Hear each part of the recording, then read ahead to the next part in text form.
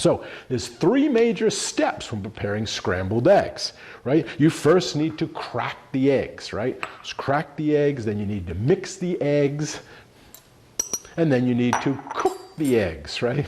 And lastly, you're going to be tasting, right? Or serving the eggs. But the main three things. So here's my bowl. I'm going to start off with cracking the eggs.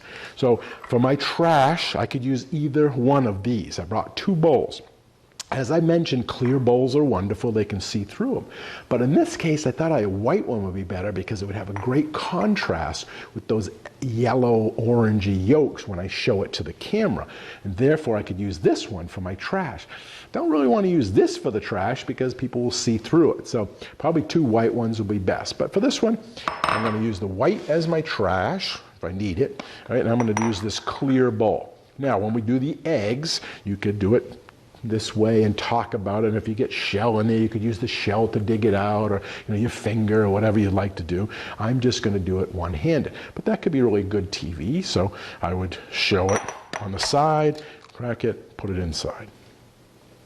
Or I could do it as a close-up, right? So I'm going to put it right up to this camera here, and you can see it. Right? Open it, and drop it in. So you can see those nice orangey yellow colors. Isn't that wonderful?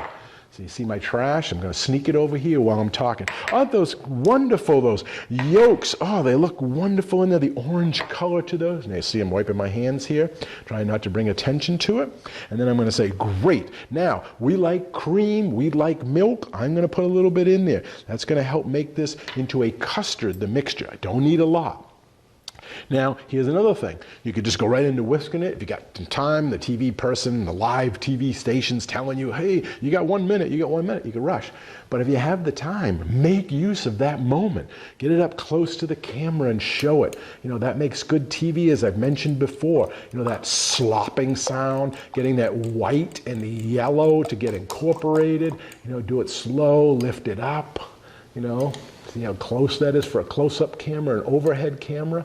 That would be just wonderful. Showing that, lifting it up, incorporating it, mixing it, slopping sound. The clear, you can see through it, or I could tilt it a little bit if I wanted to. Get a little bit more of a view there, lifting it up. Incorporating some air in there. I could talk about, how you should mix it, how to make it almost like a souffle by enfolding in that air. All right, so now before I add my salt, which I want to do at the last minute, I'm going to get my pan heated up. So again, I'm directing, I'm positioning myself, I'm getting ready to move. So I'd say, let's get our pan preheated. Now we're going to use a medium-high heat. Now I'm going to look at the pan, even use my hands, draws the audience to it. Let's put that on medium-high heat.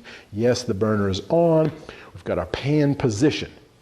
Now I'm going to talk about my butter because I need a few minutes to get that preheated because I didn't preheat it like I mentioned earlier in the lecture, which I could have already have that ready to go if I knew it was going to be a quick demo.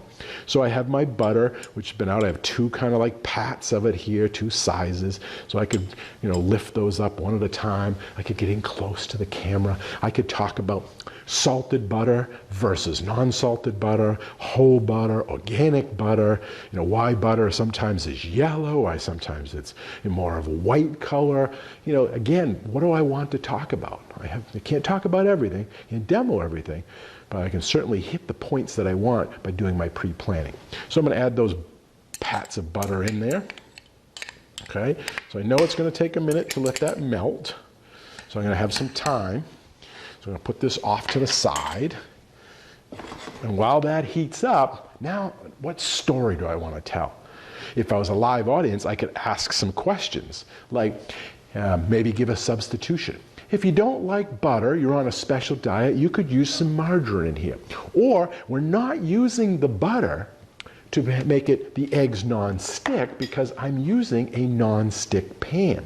What we're using the butter for is strictly flavor, right? Some richness to it. But if that's against your diet, just eliminate it totally because the non-stick pan is going to prevent the eggs from sticking.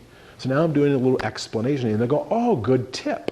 Or I could say, you know, sometimes at lunchtime, I don't want it to be breakfast, I want it to be lunchtime, I want to make more of a frittata. I might use olive oil, really good olive oil. And that way there, I'd pick up the flavor of those olives inside the egg. And maybe I'd put some peppers in there, you know, some garlic, make it more robust for a evening or an afternoon meal rather than for breakfast. So see how I'm just kind of stalling, I'm telling stories, I'm engaging the audience. Now my butter has melted, so if I wanted to continue telling my story, I could just take my hand and slip it off the burner, push it off there, and just keep telling. So it's not going to burn my butter. Because that's the worst thing you want, is to burn the butter.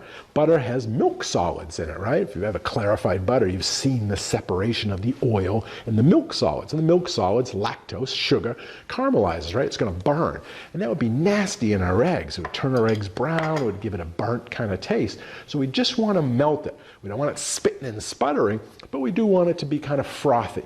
So at that point, if I wanted to use that as my fact, right, as my learning point, I could show that to the camera. I'd do maybe a close-up. Okay, here's the butter. You can see it's melting. I'm going to swirl it around my pan, right? It's just starting to melt. Almost perfect timing for the eggs to go in.